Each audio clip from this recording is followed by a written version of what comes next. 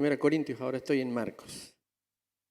Y de ahí vamos a compartir en este tiempo. Gracias por visitarnos, por sacar el turnito para poder venir, y también un saludo a todos los hermanos que nos siguen desde la virtualidad. Bueno, vamos a leer desde el versículo 1 al versículo 8. Principio del Evangelio de Jesucristo, Hijo de Dios, como está escrito en Isaías el profeta. He aquí, yo envío mi mensajero delante de tu faz, el cual preparará tu camino delante de ti. Voz del que clama en el desierto, preparad el camino del Señor, enderezad sus sendas. Bautizaba Juan en el desierto y predicaba el bautismo de arrepentimiento para perdón de pecados. Y salían a él toda la provincia de Judea y todos los de Jerusalén, y eran bautizados por él en el río Jordán, confesando sus pecados. Y Juan estaba vestido de pelo de camello y tenía un cinto de cuero alrededor de sus lomos. Y comía langostas y miel silvestre y predicaba diciendo: viene tras de mí el que es más poderoso que yo, a quien no soy digno de desatar encorvado la correa de su calzado. Yo, a la verdad, os he bautizado con agua, pero él los bautizará con el Espíritu Santo. Señor, ilumina tu palabra en nuestros corazones, que podamos comprenderla y que a través de ella podamos conocerte más a ti, para poder glorificarte, Señor, con nuestras vidas. Gracias por los que estamos aquí. Oramos en el nombre de Cristo Jesús. Amén. Este libro, Marcos, tiene un distintivo especial y, valga la redundancia, lo distingue de su predecesor en la Biblia, por lo menos no en la cronología de años, que es el libro de Mateo. Mateo es un libro que preferentemente está orientado hacia un auditorio judío, costumbres judías, leyes judías, ¿no? Una geografía judía.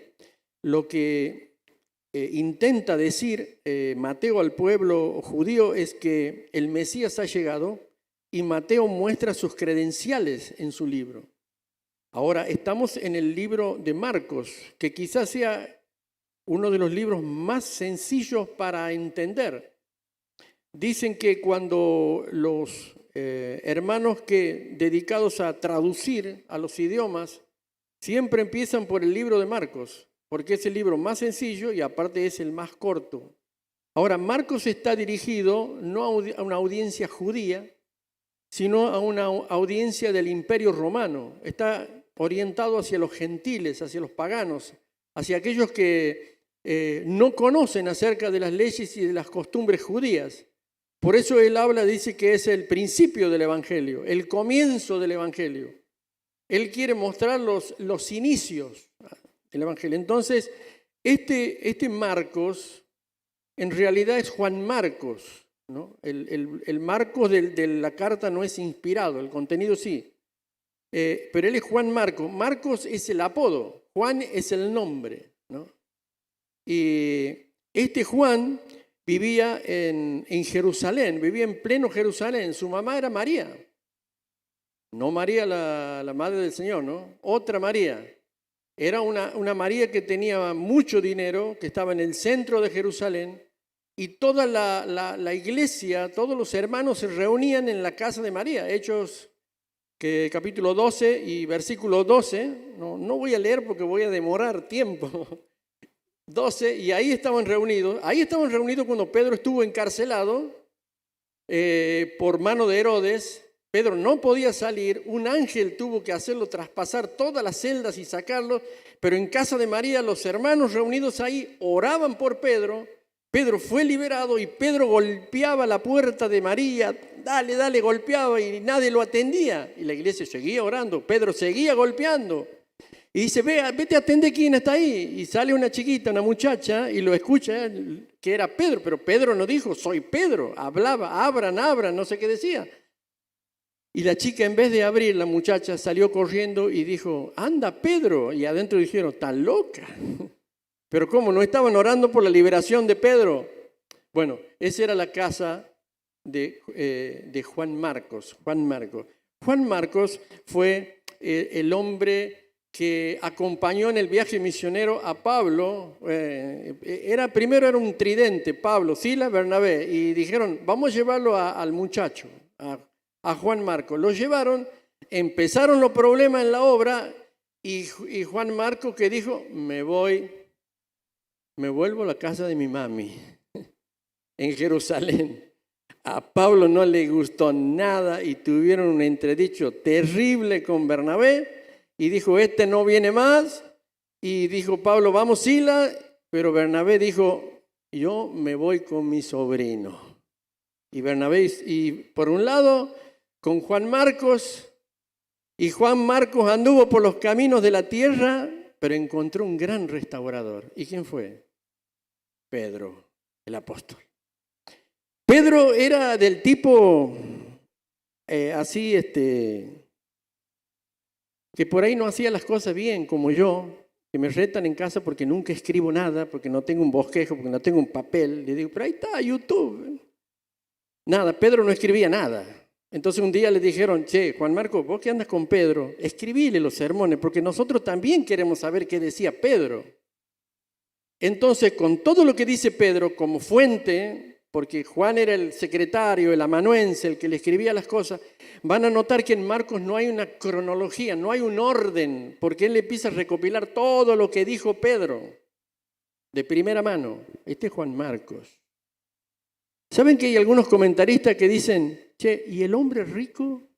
¿Cuál hombre rico? El muchacho rico, ese que le dijo al Señor, tú eres Dios bueno. ¿Se acuerdan de ese? ¿No? ¿De dónde era? De Jerusalén.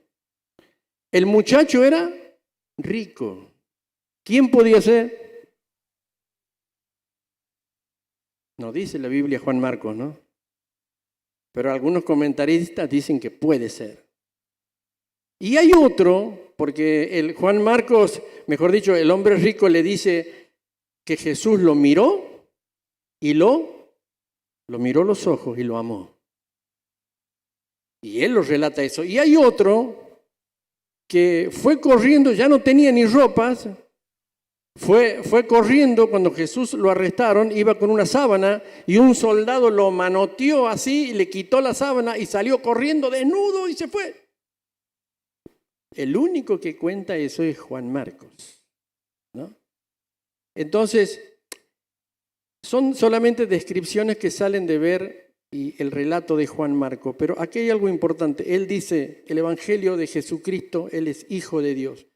Va a citar aquí, fíjense, como está escrito en Isaías el profeta, dos textos que pertenecen a Malaquías, uno a Malaquías 3.1 y el otro a Isaías 43.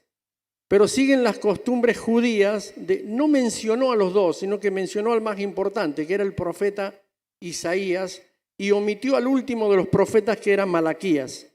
Yo envío mi mensajero delante de tu faz. ¿De quién? Del Señor Jesús, el cual preparará tu camino delante de ti. Vos que clama en el desierto, preparad el camino del Señor, enderezad sus sendas.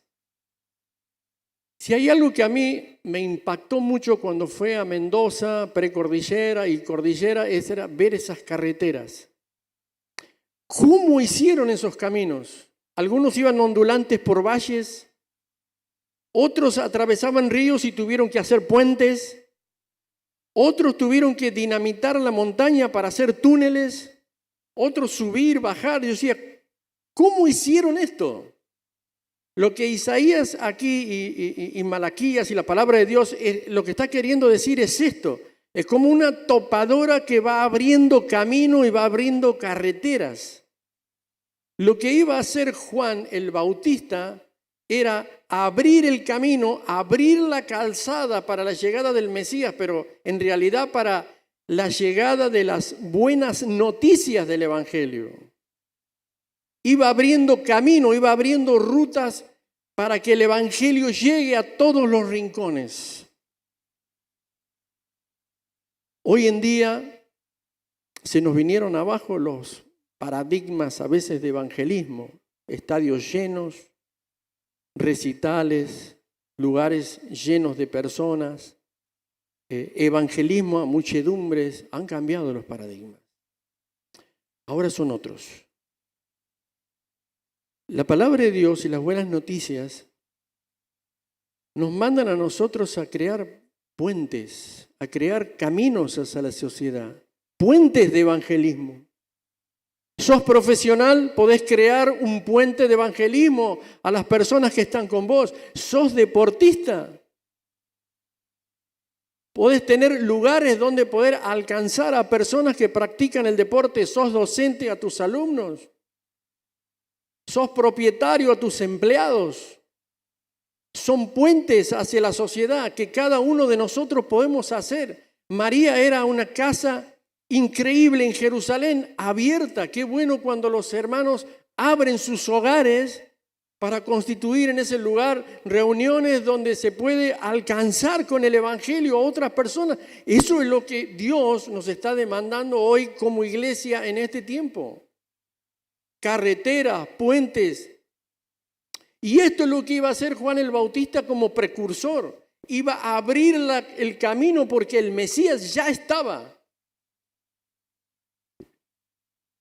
Dice, enderecemos lo torcido, abramos los caminos que hay que abrir. Pero él decía, voz que clama en el desierto. A mí me impresiona este Bautista porque es un personaje muy singular, ¿no? Primero lo que comía langostas. Seguramente le sacaba la cabecita, le sacaba las patitas que tienen muchos pinches y comía el cuerpito, ¿no? Frito al horno. Eran los snacks del momento. La langosta es una fuente increíble, aunque ustedes no lo crean, de proteínas. Y la otra, la miel, eran los carbohidratos. Así que él tenía una dieta bien balanceada. Algunos dicen que era esenio, pero no se parecía mucho a los esenios. Los esenios vivían muy encerrados en sí mismos. Juan estaba saliendo con el mensaje hacia afuera. Y él dice que vestía con un vestido que lo hacían, cualquier cosa que sea un hilito como el pelo del camello, ya se puede hacer una prenda. Como el famoso Elías, él vestía. Prenda única de pelo de camello y un cinto de cuero atado al medio para tener la vestimenta. Pero hay algo que a mí más me impresiona y es el tema del desierto. El desierto tiene un gran significado en la Biblia. Yo digo, si tuviera que organizar una reunión grande de evangelismo, grande, ¿qué se me ocurriría? ¿Las Salinas del Norte o quizás el desierto de allá de Ojo de Agua? Un lugar donde no hay nadie, no hay nada. Y nosotros vamos a hacer un evangelismo, decimos, ¿hay baño? No. ¿Hay comodidades? No. ¿Hay aire acondicionado? Menos. ¿Hay agua por lo menos? No, no hay ni agua, no hay nada de nada. El desierto de Judea es eso. De Jerusalén hay que bajar al desierto de Judea entre 20 y 30 kilómetros. Y luego de vuelta hay que subir para llegar a Jerusalén. Entonces yo quiero que ustedes se imaginen, porque hace poco estábamos viendo personalízalo al texto. Imagínense ustedes dejando sus labores, sus casas, sus negocios, sus proyectos, para caminar en el desierto junto a sus familias, para ir a escuchar la prédica de la buena noticia de Juan el Bautista. ¿Irían ustedes? Yo no lo pensaría, pero varias veces. Varias veces. Y Dios eligió dar el mensaje. Ahora, cuando nosotros nos imaginamos a Juan el Bautista, siempre nos imaginamos a uno que da con el palo y da con el palo y da con el palo y generación de víboras, ¿quién les enseñó a venir? Pero Juan el Bautista tuvo esa prédica para los dirigentes judíos, para la aristocracia judía, para los fariseos, para los saduceos. Pero para el pueblo de Dios, la prédica de él fue la buena noticia. Imagínense qué de buena era esta noticia que iban a hacer 20 o 30 kilómetros en el desierto y había ahí, dice la palabra de Dios, un conglomerado de toda la provincia de Judea y de Jerusalén para escuchar la prédica de la buena noticia en el desierto. Entonces, ustedes imagínense el grado de insatisfacción que la gente tenía, la necesidad espiritual de escuchar la palabra de Dios. Y ustedes dirán, ¿pero no salían de Jerusalén, el centro espiritual del mundo? ¿Pero no eran un pueblo religioso? ¿Pero no eran el pueblo de Dios? La necesidad era muy grande. Ahora quiero decirte algo, traigámoslo ahora. La necesidad espiritual de ese momento es la misma necesidad espiritual que hay hoy. Hoy hay una enorme necesidad espiritual en el pueblo. Y nosotros somos los llamados a trazar ese puente, a enderezar las calzadas, a hacer llegar los caminos donde la buena noticia llegue. Vos y yo somos los que tenemos la buena noticia. Ahora, Juan el Bautista tenía algo muy claro, pero muy claro. Y quizás es otra analogía con el desierto. Así como todo el pueblo en su necesidad fue al desierto de Judea, hay en el corazón de cada ser humano hoy un desierto. Hay un desierto. Ese desierto que necesita de aquella agua de la cual aquellos que beben no tendrán sed jamás. Hay un desierto espiritual. Pero también hay un desierto espiritual en el pueblo de Dios. ¿Saben? El bautismo no es privativo solamente de la iglesia de hoy. Los judíos practicaban la inmersión en el bautismo en sus ritos espirituales. Y cuando alguien que no era del pueblo judío quería venir y hacerse un prosélito, ¿qué es un prosélito? Alguien que era un extranjero pero quería adherirse al pueblo de Dios y a las leyes del Dios vivo y verdadero, era bautizado como una señal que él se adhería al pueblo de Dios. Ahora Juan el Bautista está buscando de que el pueblo de Dios, luego de ese desierto y de la prédica de la buena nueva, lo lleva a todos al Jordán para bautizarlos, como si fueran paganos, como si fueran personas que necesitarían de nuevo tener una perspectiva acerca del Señor. Porque dice que Juan el Bautista dice que predicaba el bautismo del arrepentimiento para perdón de pecados. El bautismo no perdonaba los pecados, ¿no? La diferencia la hacía el arrepentimiento. ¿Sabe qué es el arrepentimiento? Significa un cambio total de mente. No de 360, sino de 180. ¿Qué es lo que necesitaba el pueblo de Dios y qué es lo que también hoy necesita el pueblo de Dios? Una nueva perspectiva de Dios. Ellos necesitaban tener una mirada diferente a la que le habían enseñado los fariseos, los saduceos y los religiosos, una perspectiva diferente de Dios. Debían aceptar la llegada del Mesías que ya estaba ahí. Dice, viene uno tras de mí, dice Juan, yo solamente estoy preparando el camino. Dice que se arrepentían, un cambio de mente con respecto a Dios. Y la señal pública de ese arrepentimiento era el bautismo. ¿Ustedes creen que era fácil en esa época romper con los esquemas religiosos y sumergirse en el Jordán delante de sus maestros, de los fariseos, de los saduceos, delante de la aristocracia? ¿Creen que era fácil? No, no era fácil. Lo mismo que es ahora, no es fácil dar una manifestación pública a través del bautismo. El bautismo no salva. Pero no solamente arrepentimiento, sino que dice que confesaban sus pecados. Confesar significa ver el pecado de la misma manera que Dios lo ve. No el pecado a la manera que yo lo veo, sino de la manera en que Dios lo ve. No vivir una vida religiosa a la manera que yo quiero, sino a la manera que Dios quiere. Y este es el cambio de mente que Juan el Bautista quería antes del bautismo. Seguramente que le decía, querido, de nada te sirve el bautismo si antes no hubo arrepentimiento y no hubo confesión.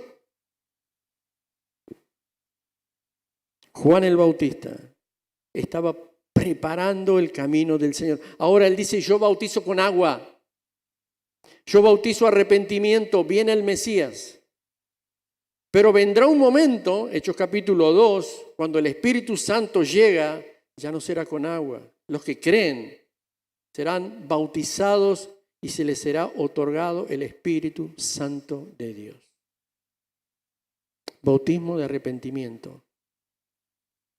El desierto espiritual en cada una de las personas genera por lo menos tres cosas. Muchas veces el pecado en el pueblo de Dios.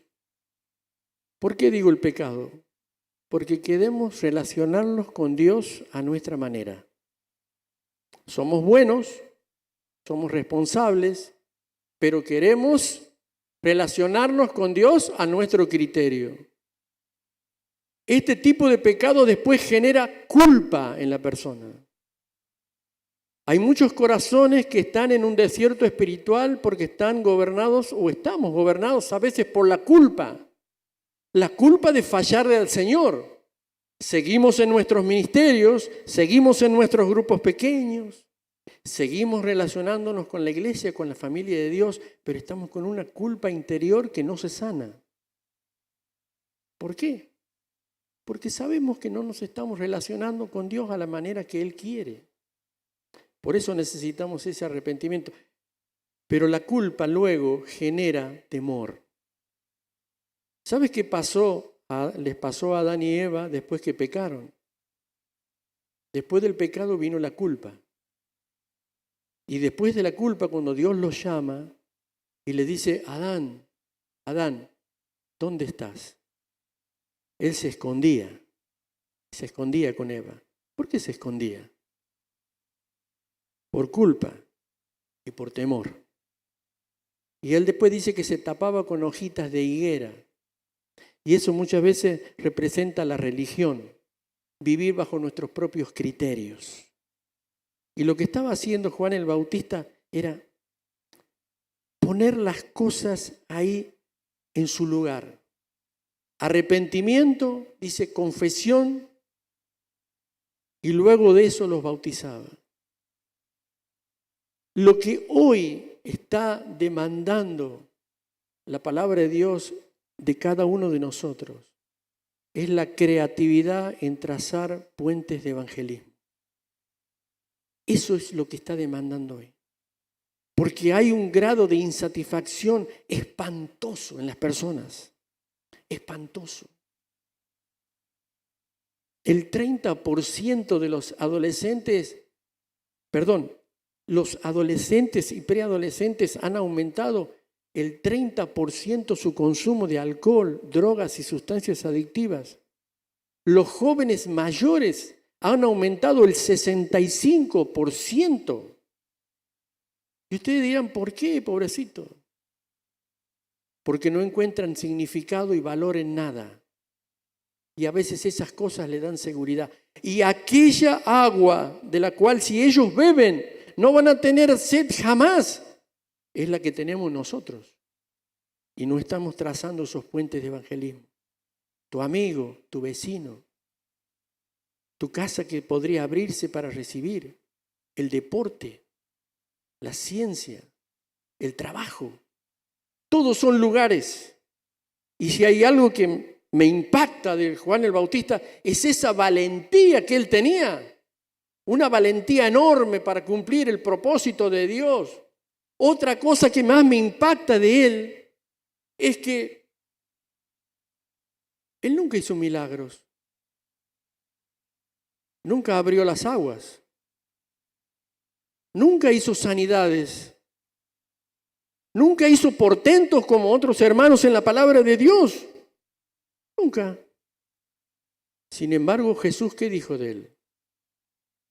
Él es el más grande. Él es el mayor. De entre los nacidos de mujer no hay más grande. ¿Y qué lo hizo grande? El valor para compartir la fe. Y para atraer a las personas al Evangelio solamente con una buena noticia. Dice que nosotros, yendo al cielo, el más pequeño de nosotros será el más grande en el cielo, mayor que Juan el Bautista. Es increíble el privilegio que el Señor nos da. Y muy en especial en este tiempo. ¿Qué necesitamos? Terminando. Inteligencia y sabiduría. Necesitamos pedirle al Señor que nos dé inteligencia espiritual para compartir nuestra fe. Ustedes me dirán, todos los que estamos aquí somos súper inteligentes. Más inteligentes que usted. Sí, lo reconozco, son más inteligentes que yo. Pero para compartir tu fe no solamente se necesita inteligencia, porque la inteligencia es saber qué está bien y qué está mal. Y vos sos tan inteligente que podés saber qué está bien, pero no hacerlo. No creerlo, no hacerlo. Entonces ahí se necesita sabiduría. Necesitamos sabiduría, que el Señor nos dé sabiduría, inteligencia, creatividad para compartir el Evangelio con lo que tenemos. En la casa, en la calle, en el desierto, en el lugar, no sé, en la ribera del río, en la arena del río, en el puente, en cualquier lugar. Señor, dame sabiduría para poder hacerlo. La sabiduría es llevar la inteligencia a la práctica. ¿Sabía? Hay alguien que dice que la práctica vale más que la teoría. No sé si estarán de acuerdo ustedes. Practicar, practicar, practicar, practicar. Si no, hay muchos evangelistas en la iglesia. Puede preguntarle, sí, hermano, ¿cómo lo haces vos? Enséñame, enséñame. Es un tiempo para compartir el evangelio en los desiertos espirituales. ¿Entendieron qué es la sabiduría o no? ¿O quiere que le dé un ejemplo de qué es la sabiduría? Porque sabiduría e inteligencia no son lo mismo, ¿no? ¿O quieren una ilustración? Antes de terminar se las doy. ¿Quieren? Ahí está. ¿Sabiduría qué es? Bueno, dice que estaban tres árabes ahí en Medio Oriente, sin hacer alusión a la colectividad que puede estar aquí, ¿no? Estaban tres árabes ahí discutiendo porque, bueno, los árabes estaban discutiendo por la herencia. Y el padre les había dejado 35 camellos. Y bueno, en esa época 35 camellos era como 35 Audis ahora, ¿no? Así, mucha plata era. Pasaba un hombre sabio arriba de un camello con un amigo, iban los dos arriba del camello y discutían mal y no se ponían de acuerdo y peleaban. Porque el padre le había dicho, para el mayor el 50%, para el segundo el 30% y para el menor la novena parte. Entonces el primero decía, ¿cómo? Si 50% divide los camellos de 35, 17,5 camellos para mí, no se ponían de acuerdo. Y el segundo decía, no, la tercera parte para mí, 11 y pico, ¿cómo hago? 11 camellos. Y se baja el hombre sabio y dice, vamos a arreglar este problema. Dice, ¿qué problema hay? No, estamos peleando, no nos ponemos de acuerdo nunca.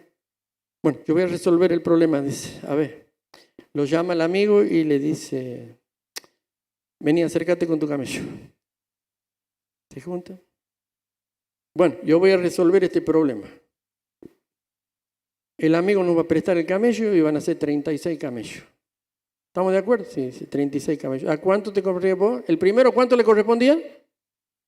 El 50%. Entonces, ¿cuántos camellos? 18 camellos. Perfecto.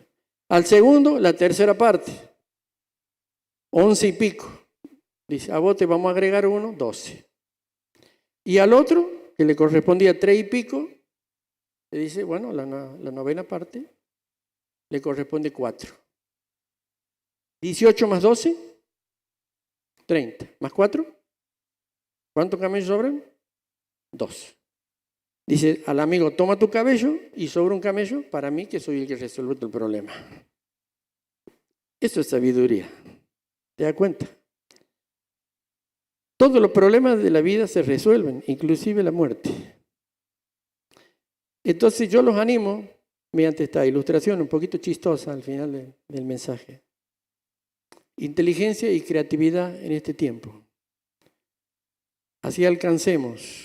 Hay muchas personas insatisfechas, hay mucho desierto espiritual, hay mucha depresión, hay mucha ansiedad, muchos problemas de pánico, hay mucho de eso. Y nosotros tenemos el mensaje que puede cambiar su vida completamente en esta tierra, y no solamente en esta tierra, venidera. ¿Ah? Que el Señor los bendiga. Vamos a terminar orando. Padre amado, Señor, te damos gracias. Gracias porque nos has dejado este libro, el libro de Marcos. Es un libro para el mundo no judío, como nosotros. Un libro sencillo, práctico.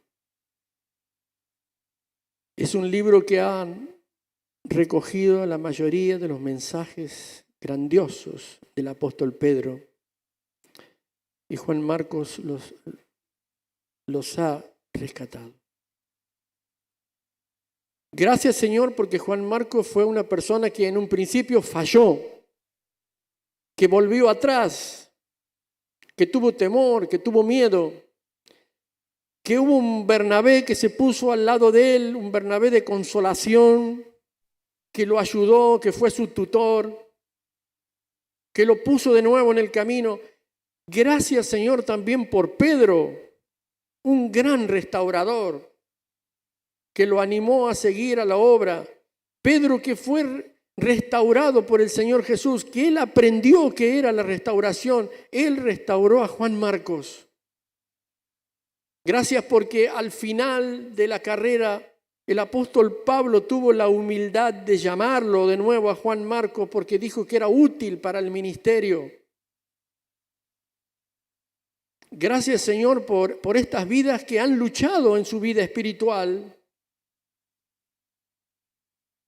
y que el arrepentimiento y la confesión ha prevalecido. Personas pecadoras como nosotros. Pero sobre todo resaltamos la figura de Juan el Bautista, este legado de valentía y de coraje que nos deja.